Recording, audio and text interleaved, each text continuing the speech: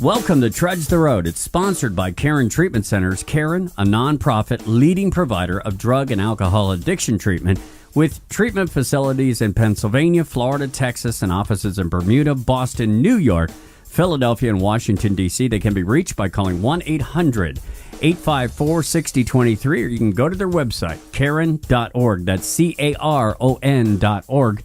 We're your hosts. I'm Rich, a recovered drug addict. My name is Jerry. I'm a sober alcoholic. And Jerry, let's start the show by you letting everyone know why we do this show. Trudge the Road Radio is a program dedicated to folks like myself and Rich who suffer from the disease of addiction to alcohol and drugs. And every bit as important, family members and friends who suffer tremendously.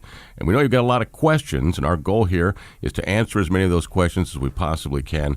And with the help of the good Lord above, maybe find a solution to this incredible dilemma, which is the disease of addiction. We're joined by our producer. His name is Matt. How about a hand for Matt? Oh, wow. Thank you. I get applause here today. That's good. That's good. Good to have you aboard, Matt. Give us some programming notes, if you will. Very easy, ladies and gentlemen. Just go to our website, trudgetheroadradio.com. You can link to everything there. Facebook, Twitter. You can link to YouTube, catch prior episodes. You can link to Amazon.com to purchase a DVD that is lovely and helpful and being used clinically in a couple different treatment centers. Jerry and the 12 Steps.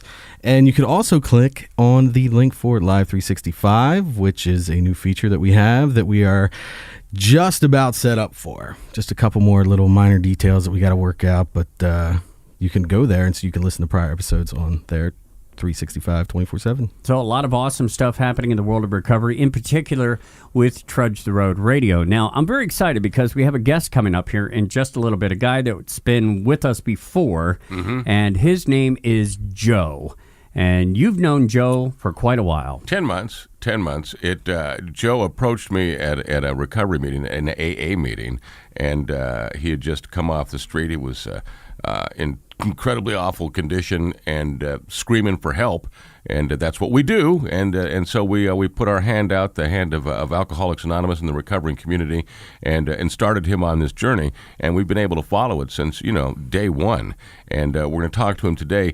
10 months, clean and sober, and find out what it's been like, trudging his road to what we hope is a happy destiny. And it's a really good topic to have. And someone, if you're new to recovery, if you're thinking about recovery, if you've got somebody in your life who should be in recovery, this is going to give you something tangible to hold on to as to what it's like to stop using drugs, to stop drinking, and to start a completely new way of life, and see what the consequences of that are. We certainly know what the consequences are that brought us here, and you will experience, the shrapnel of those behaviors we had while we were drinking and using in early recovery. There's just no way around that, and he certainly has. But it is amazing how his journey, attached to the spiritual connectedness that we talk about here so often, and I believe is successful. And I'm really anxious to talk to him and give everybody the opportunity to listen to what it's like to somebody from a group of people who've been there since the beginning,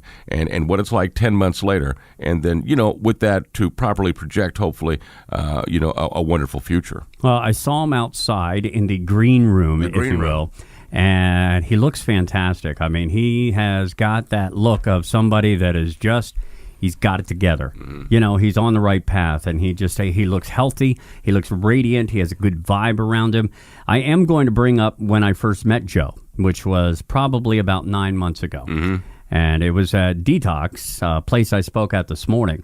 And you had brought Joe with you that day, and we'll get into the story coming up in a little bit. Just to explain to folks what Detox is it's a facility serving the greater Philadelphia area where folks, basically who don't have insurance or money and are in dire need of detoxing off of whatever drugs that they've got. It's that kind of a place. It's pretty rough, and the folks there are going through a lot. It's not an easy environment to be in. Right. It's just, typical for us, but that's the type of place that it is. It's not easy to be there. And that's the first place you guys met. It is, and I have a strong connection. We've talked about this before, but I have a pretty strong connection with folks who are in detox, just for the sake of, as well as you, we've been there. We spent some time there. It wasn't all that long ago that I was where those folks are. Sure, we built detoxes. Yeah. Let me tell you something, son, about detox. You had your own bed there and stuff? I Pretty did. much. It's like Norm at Cheers. You all Sure, you're back. It reminds me of a joke somebody told me the other day. He said, if there's a place where everyone knows your name, it's a good chance you're an alcoholic. Right. But I was at Detox this morning, and I got a chance to hang out with those folks and share my experience, strength, and hope with them. And, I just remember being back there at that time. And after I get done speaking, usually it's open the floor to questions, and people will ask questions, things that, they want to know about my story or something that triggered something in them. And one of the questions that somebody asked me today was, if you had a chance to go back in time and change everything, to take a different path altogether, would you change it? And, and that's a deep question. I mean, most folks initially would probably say something like, yep, Totally. absolutely. But the truth of the matter is, and I think we've discussed this before, is that I am an addict and an alcoholic. Even if I changed paths back in 1983 when I was about to go into the Army, it would have got me somewhere along the line. Alcoholism would have got me. Addiction would have got me. Whether it took hold there in the 80s or it took hold there in the 90s, somewhere along the line. They get you. So all these experiences, and this is what I said this morning, is no, I wouldn't change it. And merely for the fact that every experience that I've had has led me up to this moment where I'm sitting right here in this chair and I'm talking about what happened to me. And what happened to me, there was a lot of bad stuff, but, there was a lot of good things that happened along the way, and mainly that I'm still here to talk about what happened and share this with other people, and hopefully I'm able to say something that folks can connect with. Absolutely. That's our experience, strength, and hope. That's what we do. We try to help others, and to help others, you've got to know exactly how they're suffering, and to know that is to experience it. And we have experienced it, and we do understand the pain that these folks are going through, and it is significant. As a matter of fact, it's described in our literature as the torture of body, mind, and soul. And torture is an incredibly strong word within the English language. And literally, that's what it is. And you see people, you saw them today, who are, certainly at the stage of physical torture. Detoxing off of alcohol and drugs is an awful experience. It is just very difficult to be able to relate, especially when you're coming off of opiates. Alcohol, there's only two drugs that will kill you coming off of them. That's benzodiazepines and alcohol. You're not going to die coming off of heroin, but you'll flip-flop back and forth, hoping you will and hoping you won't, because it is that treacherous, and it is that fear of this incredible illness being called dope sick that frightens addicts from becoming clean and sober, to get through that period of pain, and it is significant pain. And this disease isn't different from any other chronic ailment in its pathology whatsoever. If you've got cancer, in the process of getting better, you're going to experience some pain. In the process of getting better from this disease, there is significant pain involved. The beauty of it is that pain can become very advantageous to us as we become sober, because again, it becomes our experience, and that one little element that connects us or makes it so relatable to the other suffering alcoholic, to be able to understand what they're going through and how they're feeling and where they want to go without really any words being communicated whatsoever. I think everybody knows what alcohol is, but what's a benzodiazepine? They'd be in your Valium family, things that Ativad, things of that nature. Okay, yeah, because if I was to just hear that, Xanax. Wow, I've been down the street, nobody's selling benzodiazepines. I should be okay. Xanax is a real popular drug, and as Valium more in our culture when we were a little bit younger.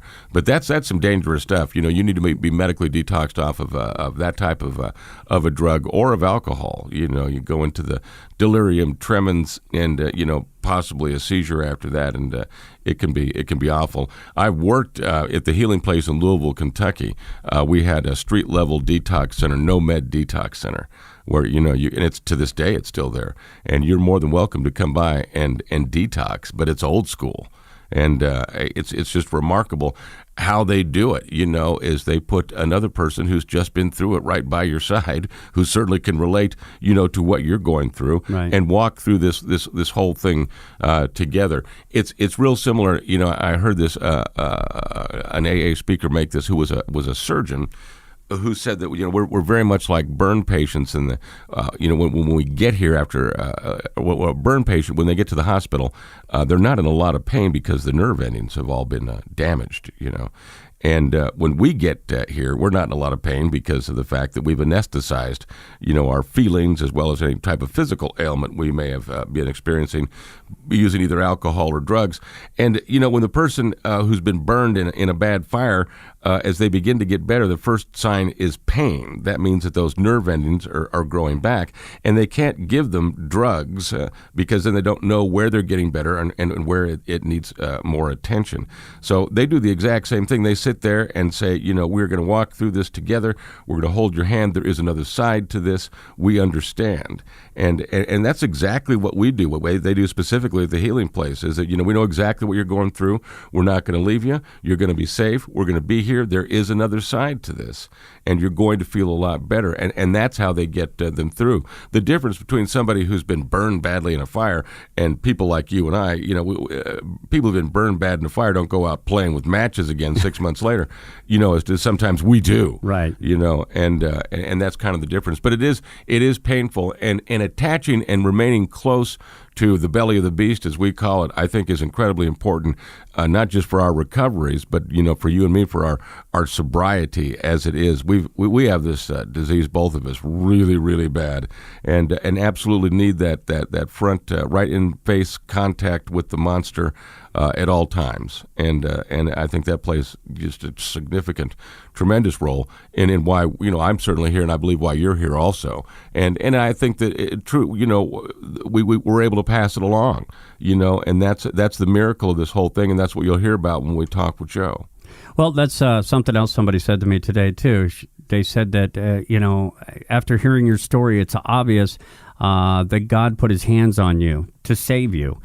Because when you've heard my story, there's no reason I really should be sitting here. Mm-hmm. I should have gone down a long time ago, but I didn't, and I did get taken out of that, and I did live through that, and I am sober, and I am recovered. I'm not cured, but I'm recovered. Right. From my addiction at this point, and I'm here to share my story. And when I get a chance to go in and tell this story and see anything in anyone's eyes when I'm doing that, it makes me feel good. It just gives me a great feeling for the rest of the day. The chance that I gave something to someone through a word or an experience that they were able to maybe catch and maybe Connect to. just maybe, connect to. Mm-hmm. Maybe, just maybe. They'll be able to take that piece of information and apply it to their own lives. And not that I want to plug my video, my DVD, Jerry and the 12 Steps, but I really absolutely believe that it's an incredible tool within the early recovering community, especially as we see the demographics change so dramatically, that they're younger. It's not at all uncommon for us to see 17, 18, 19-year-old people highly addicted to opiates who are in treatment. And folks like that, they need a lot more cognitive basic mental therapy and emotional therapy than would an adult. And you've got them for 28 days, and then in this whole process to deal with the issues that have brought them there, and to present what to do afterwards, and that's to assimilate into the recovering community and do these 12 steps. It's an arduous task for any chemical dependency counselor by any stretch of the imagination. Ideally, if you could have them for 6 months, a year and a half, that'd be great, but that's rarely the case. So what it does is it does give folks the opportunity, if you're brand new, to kind of understand what these 12 steps are of our recovery program. Because when you just look at them, it's kind of like, what does that really have to do with me taking drugs? Right. It doesn't make a lot of sense. And what the 12-step DVD does, it breaks it down and it explains this path, this blueprint to living, and that's what the 12 steps are all about. And I think that's really advantageous, and that's why we go to these treatment centers and encourage the young people especially, please, when you assimilate out of here, come right to us. because you need to stay around those people who understand your pain. And I think that I'm speaking for Joe here. I'm not, but I believe that that's very significant in why he has remained sober today. Is that his entire sociology have been people just like him, who have no interest other than him becoming well. And doing whatever they can to participate in that miracle. Well, I know you didn't want to plug the DVD, but since you brought it up, it's available on Amazon. It is. Yeah. It's also available via our website, which is trudgetheroadradio.com. Just click on there and you'll find Jerry and the 12 steps. It is a fantastic recovery tool. And as you mentioned, it is being used clinically at treatment centers across the country. Here locally, Karen Treatment Centers, also Retreat, and also Northbound as well. You talk about Joe. Joe's coming up next, right here on Trudge the Road, on the Trudge the Road Radio Network. You're listening to Trudge the Road. Coming up, Rich and Jerry talk to returning guest Joe, and he gives us an update on his recovery. That's next on the Trudge the Road Radio Network.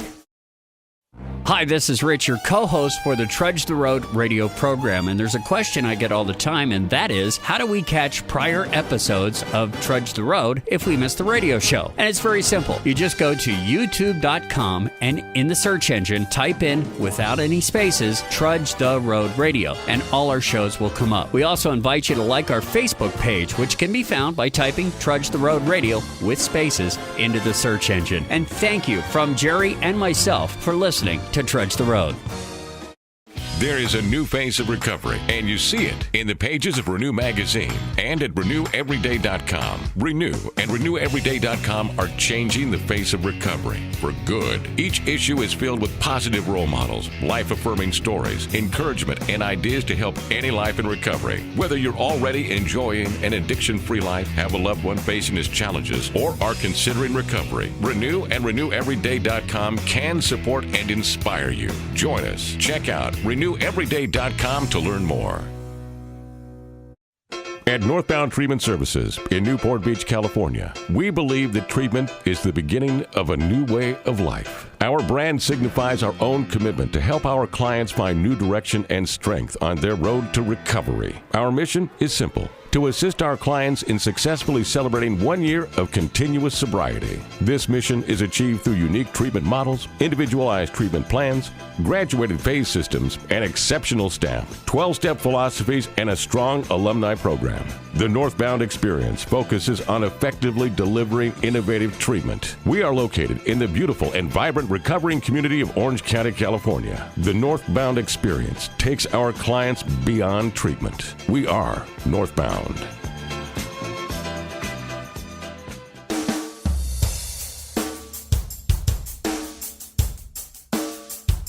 Welcome back to Trudge the Road. It's sponsored by Karen Treatment Centers. Karen is a nonprofit leading provider of drug and alcohol addiction treatment with treatment facilities in Pennsylvania, Florida, Texas, offices in Bermuda, Boston, New York, Philadelphia, and Washington, D.C. They can be reached by calling 1-800-854-6023, or you can go to their website, Caron.org. That's CARON.org. We're your hosts. I'm Rich, a recovered drug addict. My name is Jerry, and I'm a sober alcoholic. Jerry, we have a very special guest returning today, and his name is Joe. Absolutely, and Trudge the road to a happy destiny, which of course is common language within the recovery community. And Trudge, just in case you don't know, Trudge means to walk with dignity and purpose. And you certainly have trudged a road. And I admire, respect, and certainly love you a great deal. This is Joe. Joe has been on with us before, and you're kind of our example case, if you will, because we got Joe real fresh, day one. Yeah, it was a little sketchy the last time I was in here. That's all right, man. You calm down just a little bit. And we have had the privilege and the honor for a front row seat for your recovery, and done what we can to help you along the way. And it has been quite a journey. And you walk with dignity, and you certainly have walked with purpose, but it has not been an easy walk, but one that has given you some gifts that you probably never saw coming, right? The last 10 months have just been absolutely amazing, Jerry. I mean, the change that's taken place in my life, it's immeasurable. I don't even know where to begin when I start to talk about my recovery and sobriety and all the gifts that have come to me over the last 10 months. That's just good to hear. Let's go back to the beginning, just to update folks who may not remember you or you're new to Trudge the Road, and tell everyone how you and I met. Well, we had met 10 months ago when I had hit rock bottom in my mind, my bottom of the barrel. And, it was the bottom. Remember, you hit bottom when you quit digging. Yeah, that's exactly. That was the day you chose to throw the shovel down. Yeah, it was long overdue. But I met you at a AA meeting here locally, and I was a walking dead man. I had lost everything that I had believed I had, and I had no place to go, and was desperate. I was given the gift of desperation, and just wanted to find a better way to live. And for some reason, God gave me you. He showed me you, and life's never been the same since. Oh, that's thank you. Because your journey, is synonymous with mine, and one of the things that I really need to explain to everybody, it's not that I'm giving so much to help you along the way, as the fact of the matter is your recovery keeps me sober, and that's really the miracle of this synonymous relationship that we've got. So here you are, you show up at Alcoholics Anonymous. Your wife has just told you to hit the road. Your kids, everything's in disarray. Job, haven't been doing that for quite a while. Literally kind of starting over again. And to say that you were scared or freaked out or worried would be understatement. Very much so an understatement. Tell us where you were.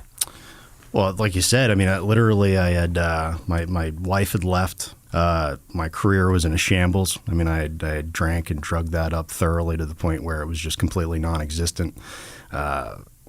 Every personal relationship in my life had fallen apart. And the day that I watched my wife drive away with my children, I looked around and I was all by myself. There was no one there. And without a doubt, that was the most hollow. I don't even know how words can explain the hollow, empty feeling I had felt that day. Dude, I don't even know if there's words in the English language. But you know exactly what I'm talking about. I do. And I'm extremely grateful today to be able to say that feeling's never going to come back. I never want to feel like that, and I don't have to feel that way. That's the beauty. You don't. You don't have to feel that way, but never forget it.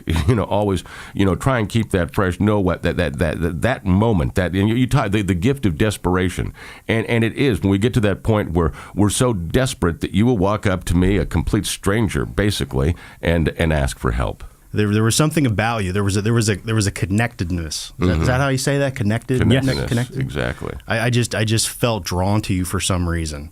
Out of anybody else in that room, for some reason, I believed at that specific moment in time, you had something to offer to help me, and I don't know why. I mean, I went years without asking for help. I tried to do everything on my own. I am just so absolutely grateful that I showed up that day. And I think really we need to give credit where credit's due in a situation like that. That's God doing for us what we cannot do for ourselves. That most desperate prayer, that most pure prayer, God help me. When that one is said from the heart, you're God's child. He will answer that prayer, and as the direction took place, it just happened. So here we are together now all of a sudden, and it was my opinion at that time that you needed to go to treatment. I really felt like you chose not to go to treatment. I was too dumb to go to treatment. Looking back at it, it probably would have been a good idea. It would have been a wonderful idea. If I could do it all over again, knowing then what I know now, right. I absolutely positively would have went to treatment. Mm-hmm. So we basically put you through treatment, kind of on the street here. Yeah. and it, so far so good. Do tell. Yeah, it was just a day-by-day process. Those first few months were the most horrifying months of my life. I mean, I literally felt like I was losing my mind. Mm-hmm. I was insane. I was incapable of rational thought, and the thoughts that fleeted through my mind. It was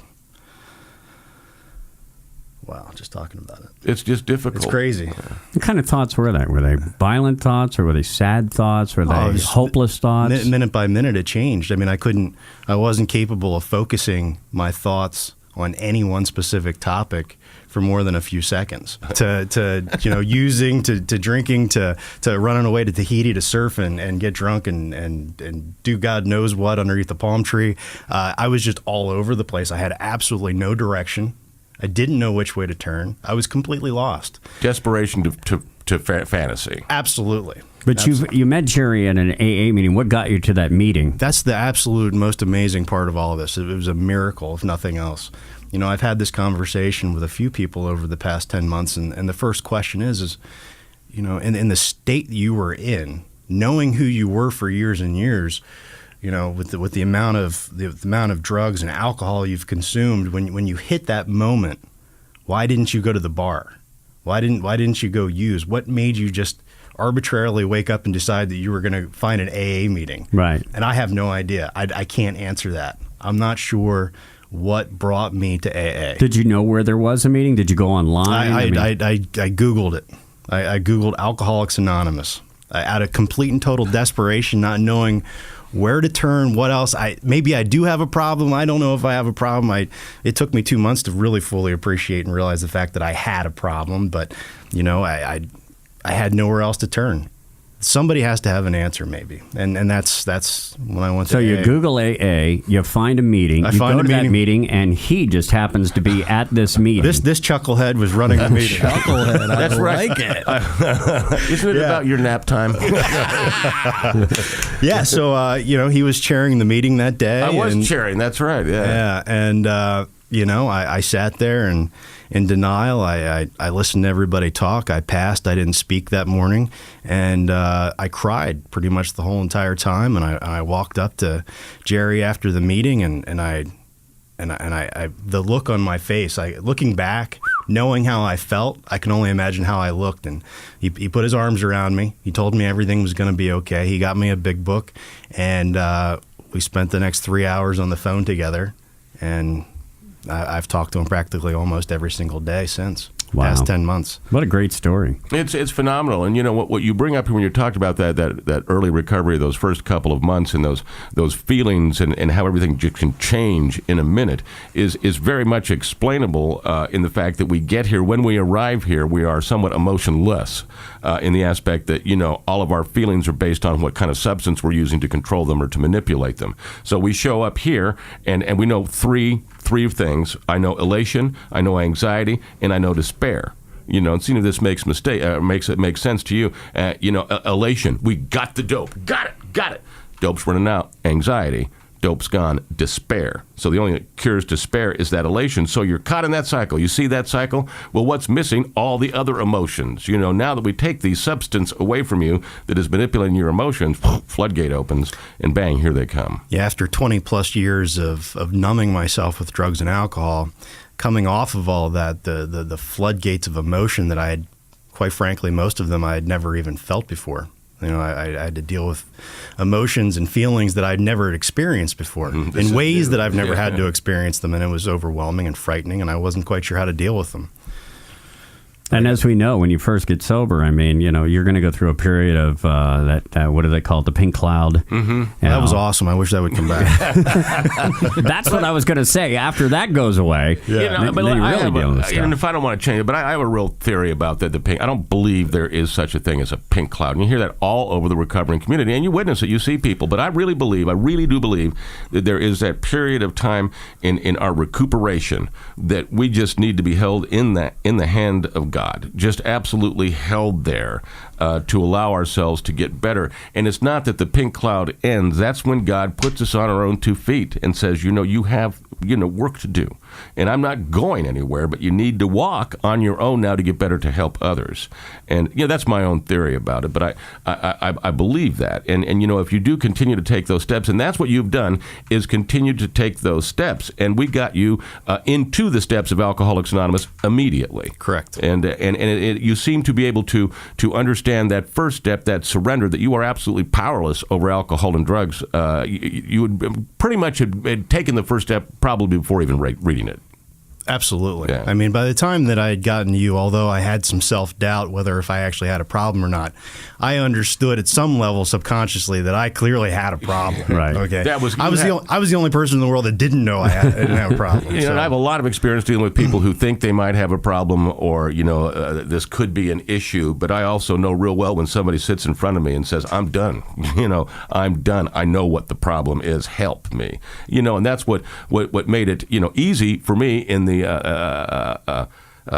aspect that I didn't have to, explain a lot about the substance you're on and what it's doing to you, and this isn't good. You'd already kind of come to that conclusion, so that first step, surrendered, had given it up. And then I bring up to you this aspect of the program being one of a spiritual. You almost lost me there. Well, I almost lose a lot of people there. Yeah. Because we don't want to think that that's the way it's going to be, and you at least had an open mind. That's all I asked you to have for a while was an open mind, and talk a little bit about what it was like to transpire or to assimilate into the second step, which is to believe that there is some kind of a power greater than me that could help restore me back to sanity. Well, I had an extremely difficult detox, and having not been through treatment, I was doing it out of my home. I was still living in the house that my wife and my children and I had lived in, and I was having a really rough time, and the physical and emotional pain was very, very difficult for me. And you and I had been on the phone. We were talking a few hours a day at that point, because it was just through the detox. I refused to go to treatment. Yeah. You were begging me to go to treatment, and I refused to go. And I was just fighting tooth and nail, and it just wasn't getting any easier. And one day you had said, "Listen, things aren't changing. Are you willing to change something? Are you willing to at least take a shot at believing that there's a power greater than yourself that can pull you through this?" Mm-hmm. And at that point, I was in tears, and I didn't know what to say. I didn't know what to do. I was willing to try anything. I would have done anything to make that pain go away.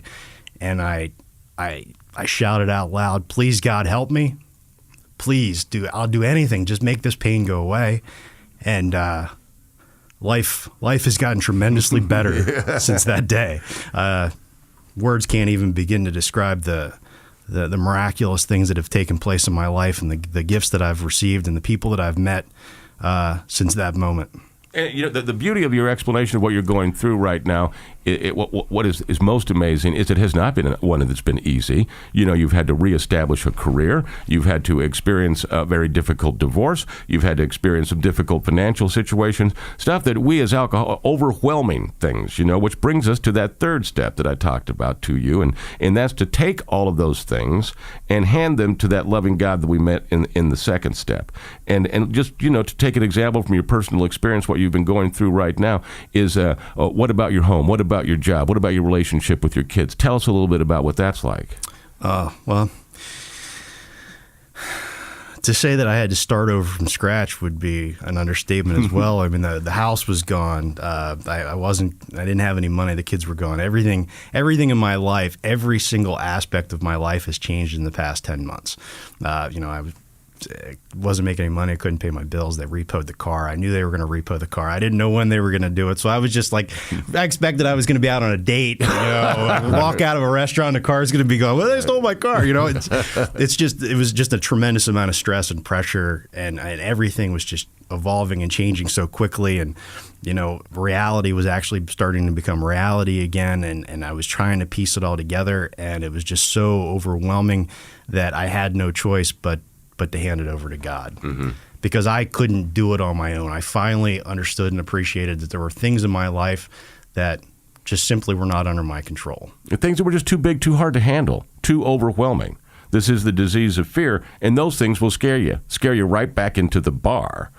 So you've come to make that realization that there is this power. It is greater than me. He does love me, and I can take these issues, give them to him, and there will be resolution. So there is resolution to these issues, or those issues in your life are in the process of resolution, correct? Yeah, I mean, you introduced me to the whole concept of just the next right thing, and that focused constantly, and just focusing on the next right thing, stay in the moment, stay present, and just worry about what the very next right thing to do is, and do it to the best of your ability. Even if that's make your bed, even if that's go to a meeting, pick up the phone and call another alcoholic, right? Yeah. Simple things. The simple, easy things that get you through the day, the things that absolutely positively have to be done. So it's safe to say that you really had to learn to act your way into good behavior as opposed to think your way into good action, right? I needed to learn how to live again. Amen. All right. Now, a big portion of that came with the fourth step, and we went through that, and we'll talk about that when we come back here with more of Trudge the Road. On the Trudge the Road Radio Network. You're listening to Trudge the Road. Coming up, Rich and Jerry continue their discussion with Joe. That's next on the Trudge the Road Radio Network. At Northbound Treatment Services in Newport Beach, California, we believe that treatment is the beginning of a new way of life. Our brand signifies our own commitment to help our clients find new direction and strength on their road to recovery. Our mission is simple: to assist our clients in successfully celebrating 1 year of continuous sobriety. This mission is achieved through unique treatment models, individualized treatment plans, graduated phase systems, and exceptional staff, 12-step philosophies, and a strong alumni program. The Northbound Experience focuses on effectively delivering innovative treatment. We are located in the beautiful and vibrant recovering community of Orange County, California. The Northbound Experience takes our clients beyond treatment. We are Northbound.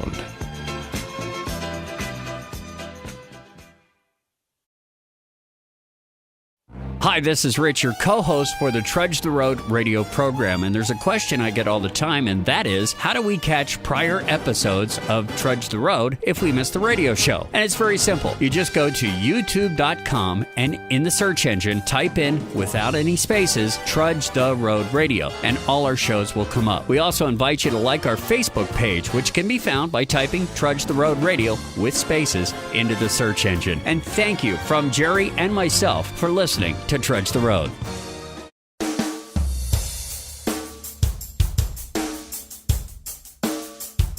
Welcome back to Trudge the Road. It's sponsored by Caron Treatment Centers. Caron, a nonprofit leading provider of drug and alcohol addiction treatment, with treatment facilities in Pennsylvania, Florida, Texas, offices in Bermuda, Boston, New York, Philadelphia, and Washington, D.C. They can be reached by calling 1-800-854-6023, or you can go to their website, caron.org. That's caron.org. We're your hosts. I'm Rich, a recovered drug addict. My name is Jerry, and I'm a sober alcoholic. And we are blessed to be sitting with Joe. And Jerry, you've known Joe now for 10 months, and we were just catching up on his story a few minutes ago. And it's a remarkable and a wonderful and miraculous one indeed. And kind of picking up where we left off, where we've taken that third step, our thinking and our actions, and turned them over to that power greater than ourselves that you discovered in the second step. Before we go further, just to ask you about that relationship you have with this. We'll call him God, just for easiness. Has it changed? Has it gotten better? Has it gotten easier? Has it gotten more tangible? Well, that relationship that I have with my God, for a lack of better terms, is ever evolving. I do a lot of meditation. I do daily meditation. I do pray, although I'm not quite exactly sure who I'm praying to yet. I understand. But I do believe that there's somebody listening, because every time I ask for help, something beautiful happens. There's a level of peace and tranquility in my life that never existed before. I'm not sure how I'm achieving that, but I know that it's there, and I believe that it has something to do with this connection with God that I never had before. Right. So I'm just going to continue to do it. And really, all you did was ask. There wasn't a big miraculous process where some 8-foot angel showed up and winked at you. Let's get together, and it happened, right? Yeah, absolutely. All right, we get to the fourth step of the program of Alcoholics Anonymous, which is we take this fearless moral inventory of ourselves. And this is where we lose everybody because it's counterintuitive. And what does that mean? I don't want to. And who would? Who would want to take a fearless moral inventory of themselves? Nobody. But we have to. We have to discover who we are not. And to take all of those behaviors that we did over the years, and you're a young man and just in your mid-30s, to take all of those behaviors and write them down, all of those things that we did, is an arduous task, to say the least. And what I tried to do with you in the beginning was to, encourage you to bring along this power greater than yourself that you would discover, that you choose to call God or whatever, to help you along, because this is a frightening situation to get that mirrored image of ourselves. One of the most difficult processes I've ever done in my life, the fourth step. I began to abuse drugs and alcohol at the age of 15. So 20 plus years of struggling with an addiction tends to, you can do quite a bit of damage. So sure. to sit back and make that list of all the things that I've done over the years that I'm ashamed and embarrassed of was extremely difficult to do. But it was absolutely positively one of the most rewarding things I've ever done, to actually be able to sit down and chronologically go through my life for the very first time ever and really see clearly what happened, where things started to fall apart in my life that led me to where I was 10 months ago when I was down, out, destitute, had nothing. It was a real eye-opener. Sure. And allowed me to make some serious strides into changing my life. No, I don't want to say you were really bad, fellas, but he had 3 notebooks filled from beginning to end. It was unbelievable. Why is that bad? It wasn't good. But we had to get, and the point that I tried to make to you, and I hope that you got then and get now, this is a discovery process of who you are not. Just because it's what you have done doesn't define who you are. We don't even know who you are yet. We're still in that process right now of discovering who you are at 10 months sober. That has not happened yet. But we're well on the way. And do you feel the separation? The drunken, emotional, crazy person. Where you can kind of at this stage set back and see him and look at him. Yeah, like I had said earlier, there's this level of peace that I have today in my life, where I can finally, possibly for the first time in my life, be able to sit back, subjectively take a look at a circumstance, see it for what it actually is, and intellectually make a decision versus constantly riding through everything based solely on emotion. How I feel, right? And that in and of itself has completely changed my life. The fact that I don't have to react to circumstances and situations immediately, that I can take that step back, take a breath, talk to people that are around me that are a positive influence in my life, and move forward at a later time and make a great decision. That's just common sense, isn't it? But for some reason, none of us ever did that. Yeah, I don't know. Common why. sense, kind of a mutually exclusive term here to us here. Now, I know you got to go, but there's one other important element that I want to include before you do, and that's the fact that from the beginning, we put you right into service work. Almost from day one, started that 12-step work, which is helping another alcoholic, and you could do that. You stayed sober 24 hours, and we've taken you to some kind of rough places, and it hasn't always been easy to go. And I'm talking about detox, and I think Rich was at detox today, so I'm sure he'll have stories from detox to tell us. But that to go and into the belly of the beast isn't easy, but I think it has been helpful in your journey. Am I not correct?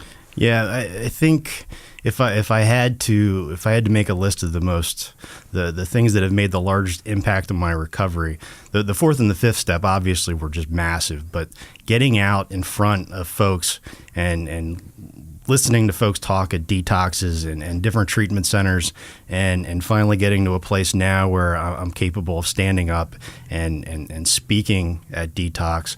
A few weeks ago, I had an incredible opportunity to speak at the Ware Center here in Lancaster. It's they're tied to Millersville University. I spoke in front of a large group of young students who are studying to become addiction counselors. That was absolutely positively, hands down, the most rewarding thing I've done in recovery so far. It was a relief. What's really amazing to me is that that you're telling the story about being at the Ware Center and you're talking to addiction specialists. But if I recall, the very first time I met you was at Detox. You came with Jerry, and I got to speak, and I think you were there for like 5 minutes, and then you just left. I mean, and the only reason I bring that up is because how far you have come from that day, which was, I don't remember, 8 months ago? About 8 months ago. Yeah. About 8 months ago to where you are today. I mean, that's just an amazing journey. You look so much better. Just your whole demeanor is fantastic, and you owe me one. I'll never forget that day. I was we stood outside, and I was still going through some detox myself. I probably should have been in the detox. With everybody there. I walk up. I'm drinking a coffee. I'm scared of my own shadow. I walk in, and I start to hear your story. And I don't know what it was, but it touched me, and it made me take a dark, solid look at my life, and I. You had a flashback, is what happened, and I just couldn't take it. I had to get up and I had to walk away, and I'll never forget that day because I walked outside and I was so scared, and I didn't know what to do, and I felt bad because I walked out in the middle of you speaking, But experiences like that just make you so much stronger, and I am just so grateful to have the opportunity to be clean and sober sitting here today, and be in a position that I can go out and help other folks that are struggling with addiction. Yeah, and the only reason I bring that up is just how far you've come since then. I mean, it's just amazing to sit here and listen to you. I didn't know you spoke at the Ware Center, so for you to tell me that, I'm thinking, wow, that is a big deal. Big deal. Yeah, it was pretty awesome. Yeah. Well, good for you. Good for you. Yeah. Good on you. It is the look, and anybody out there who's been a treatment counselor, worked in conventional treatment, it's habit to when the client comes in on the first day to take their photograph. And hold on to that. Don't show it to them till that 28 days of treatment is over. And that photograph, what happens in those 28 days, just the physical change is just absolutely, it's phenomenal. You don't get the eyes are really what, you get your soul back, and that's what we're seeing in you as a man who came to us without a soul, with desperate conditions in his life. And really it all came down to you making that prayer. You just asked God for help. And you can see how he lined it all up. You had to trudge the road, but he lined it all up. And today the results so far, and we're just in the beginning. It's only 10 months. I mean, man, the future looks bright to me. Yeah, the personal relationship that I have with everyone around me. I've never had a more brilliant relationship with my children, my parents. Everything, every aspect of my life is improving in ways that I never ever could have dreamed possible. Absolutely. And mindfulness. And now just there you go. Staying in the moment. I begged you to go to treatment. You wouldn't do it. You wouldn't go to no. I'm not. Now watch this. Would you like to go to Breakthrough at Karen? I would love to go to. I've heard all about it. I heard it's a fantastic tool. Absolutely. And I think it's done a lot of good for a lot of people. And can I ask you what, I know Jerry said, would you be willing to ask for help, and to recognize that higher power? You were willing to do that, but you were dead fast in your no to any sort of treatment. Why? Why was that? Just curious. Scared. You're afraid of it. That's, I'll be completely honest with you, Rich. Ego. If nothing else, I was still just too proud to admit that my problem was that serious. And if I could turn the clock back now, I would absolutely positively have gone through treatment, because I believe that having the attention that I really needed would have made the process of getting to where I am today much easier, and it would have been faster. And if there's anybody out there today that's struggling, that is on the fence, I beg you, I plead you to take the time, find somebody, go to treatment, and it'll absolutely positively change your life. I know, I can relate to that completely, because I would have been resistant as well in the very beginning. I know people had brought it up to me. I wouldn't do it, and the reason was I was afraid, but I was also afraid of not being able to control life outside of treatment, and I felt like I still needed to control things. If I go into treatment, I'm not going to be able to do this. I'm not going to be able to call this person, make sure they do that, and I wouldn't do it. Well, there was very, very much so still a part of me at that point where, I was not under control of myself, and I was very, very much so concerned about what everyone around me would think of me. Well, Joe's in rehab. Mm-hmm. Joe went to treatment. The fact of the matter is that my life was completely uncontrollable, and everybody around me already knew it. Right.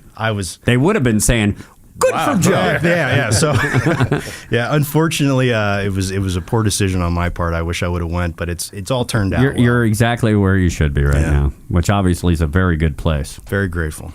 It is. There's still a road, and I'm glad that we're on it together, because it makes my life that much better, and I appreciate you. Thank you very much. Thank you for having me. All right, Joe, thanks for joining us. Stick around. Our fourth and final segment of Trudge the Road on the Trudge the Road Radio Network is coming up next.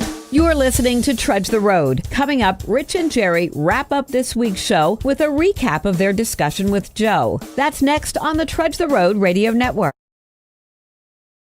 At Northbound Treatment Services in Newport Beach, California, we believe that treatment is the beginning of a new way of life. Our brand signifies our own commitment to help our clients find new direction and strength on their road to recovery. Our mission is simple: to assist our clients in successfully celebrating 1 year of continuous sobriety. This mission is achieved through unique treatment models, individualized treatment plans, graduated phase systems, and exceptional staff, 12-step philosophies, and a strong alumni program. The Northbound Experience focuses on effectively delivering innovative treatment. We are located in the beautiful and vibrant recovering community of Orange County, California. The Northbound Experience takes our clients beyond treatment. We are Northbound.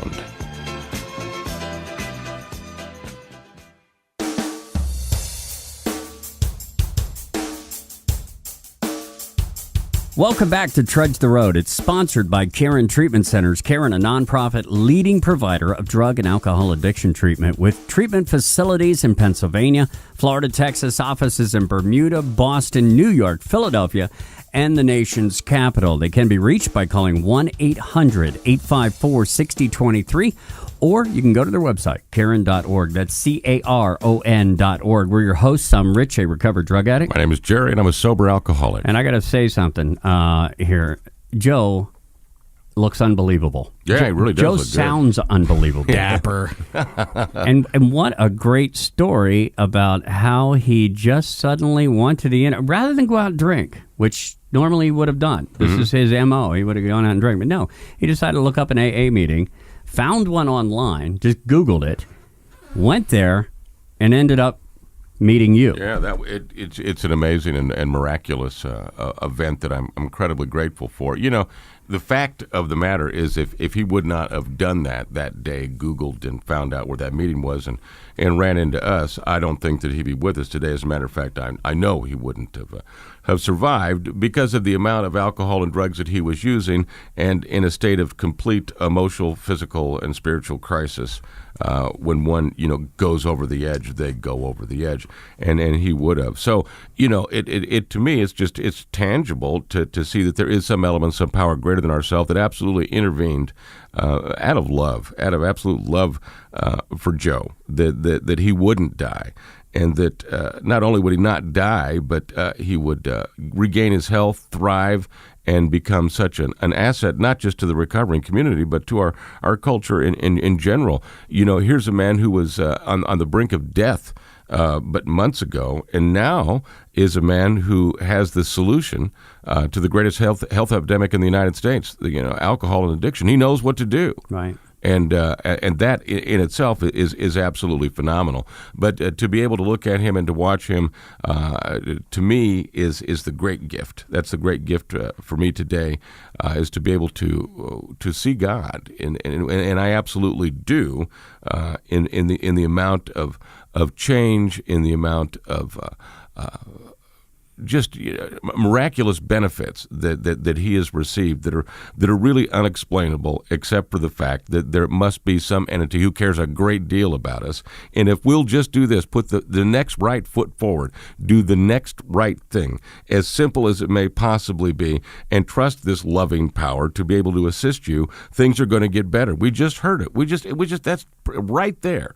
That's not just Joe's story. That's my story. That's your story. That's thousands of people who are listening to this program right now. It's their story too. So if you're in that position, where you think, I need treatment, I need help, here, come join us. As you can see, there really isn't anything to be afraid of. And this is the disease of fear. That's what's holding you back. And we're here on the other side to be able to maintain some semblance of peace of mind as you progress through this change in your life. Who Joe is today and who Joe was 10 months ago are two complete different people. And the one we see today is magnificent. And that is available to anybody who has this disease, who is willing to do what he did, and that is to find the willingness to Google that phone number, make that call, show up, and give up. Well, tell me about your personal investment in Joe. And the investment that I'm talking about is you obviously have dedicated many, many hours to Joe. And I know that you do this as part of your recovery because it does make you feel. But you have invested a lot of time in Joe when he said, sometimes he would talk to you for hours per day. So I understand that, obviously there's a care there, and there's a personal investment. And, tell me how this affects you when you see somebody like Joe go from where he was Because from my point of view, I mean, I don't know Joe that well. I don't know him like you know him. I know that I saw him, and now I see him again. And he has just grown so much as a person, but just, physically and mentally. But you've seen him on a more gradual basis. I can tell you this, I can tell you as a therapist, as a psychologist, to be able to have that type of a personality change. And we call it removal of character defects around here. But what you're really looking at is an incredible change in someone's personality. How often does that happen in modern day psychotherapy? Never. But you just saw it right there. So what it does for me and why I do this is, again, to reiterate and prove to myself that there is a power greater than me. I call him God. You can call him whatever you like. And that power greater than me absolutely loves me. God doesn't have expectations of me. I look at it this way. He's my Father, and my Father loves me and will do anything he possibly can to help me, but will never enable me and never pass judgment on me and love me the way that I am, just like any father would their child. And I got here thinking that there's all these expectations of me to do all of this. And people will say, you do so much for others, and in all honesty, there's a lot of selfishness involved in that. When I reach out and help someone like I did Joe, or any of the others I do, it's just an insurance policy on my own recovery. That's what my purpose in life is. There is no other reason that I am on earth today except to help another person who's suffering from the disease of addiction. That's why I'm here. That's it. There's nothing else. And it's a great job, And I've told you before that, that life and, our environment and what's going on here culturally around us is sometimes quite a circus. And God is the ringmaster, and we're the monkeys. Everybody loves the monkey in the circus, and that's what we try and do, is take that love that we have been given so freely and offer it to others so that they can experience too this dramatic recovery and this dramatic way of life that is just so wonderful, as we just heard from Joe. In just 10 months of recovery, what's it going to be like in a couple of years? It's just I hope that I can live long enough to be able to see that miracle of him completely unfold. Well, good on you and good on Joe, and good on everybody for tuning in to Trudge the Road today. I want to say thank you to every single one of you that has tuned in today, and also a big thank you to Karen Treatment Centers. Karen, a nonprofit leading provider of drug and alcohol addiction treatment. Karen specializes in men's and women's services, as well as young adult males and outpatient services. If you're concerned about yourself or a loved one, call 1-800-854-6023, or you can go to their website, Karen.org. That's CARON.org. For Matt, the producer, Jerry, and myself, Rich, thank you so much for joining Trudge the Road on the Trudge the Road Radio Network. You've been listening to Trudge the Road. If you'd like to catch prior episodes, you can visit our website, trudgetheroadradio.com, and keep listening for new episodes on this great radio station, which is part of the Trudge the Road Radio Network. Thank you for listening to Trudge the Road. The opinions expressed in the show are those of myself, Jerry, my co-host, Rich, and our guests, and not necessarily those of the Karen Treatment Centers. For more information regarding the show, go to our website, trudgetheroadradio.com.